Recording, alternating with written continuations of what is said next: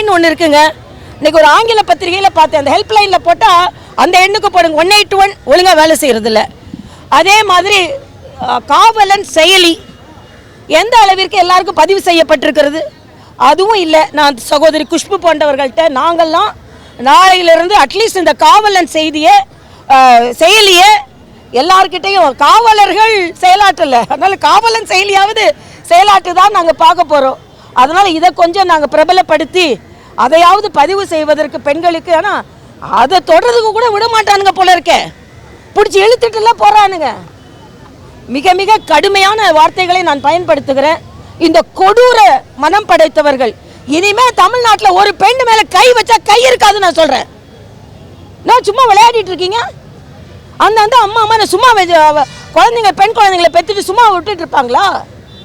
அதனால தமிழ்நாடு மிக மிக மோசமான சூழ்நிலைக்கு போய் கொண்டிருக்கிறது என்பதை நான் தெரிவித்துக் கொள்கிறேன். இம்மீடியட் ஆமாம், இதே ஸ்டாலின் தான் அரசியல் பண்ணாமல் அவியலாக பண்ணுவாங்கன்னு கேட்டார். இப்போ நான் கேட்குறேன், நாங்கள் அரசியல் பண்ணாமல் அவியலாக பண்ணுவோம் இப்போ.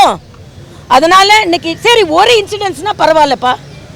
அண்ணா யூனிவர்சிட்டியில் ஒரு இன்சிடென்ட்ஸு, திருப்பூரில் ஒரு இன்சிடென்ட்ஸு, இன்றைக்கி அங்கே ஈசிஆரில் ஒரு இன்சிடென்ட்ஸு.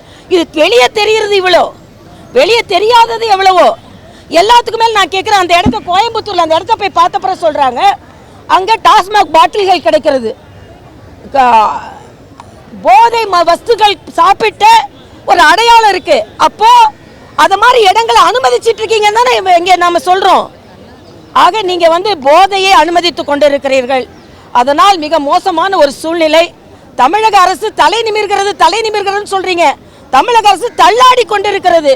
அதைத்தான் நான் சொல்ல முடியும். நிச்சயமா இல்ல, ஆர்டரும் இல்ல, லாவும் இல்லை, இங்க என்ன இருக்கு?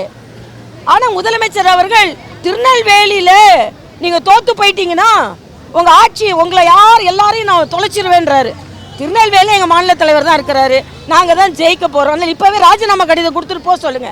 ஆக அவருக்கு கவலை எல்லாம் 2026 ஓட்டு வாங்குறத பத்தி தான். இன்னொன்று நான் இங்க சொல்றேன், இன்னைக்கு எஸ்ஓபிக்கு கூட்டம் போட்டிருக்காங்க. இந்த எஸ்ஓபியில் கூட்டம் காசு வாங்கணுமா, 5000 கட்டணுமா, 10 லட்சம் கட்டணுமா? ஆக என்ன அரசியல் கட்சி நடத்துறாங்களா, என்ன நடத்துறாங்க? உங்களோட கடமை என்ன? எல்லாத்துக்கும் மேல எந்த கட்சி பாதிக்கப்பட்டதோ அந்த கட்சியை கூப்பிடல.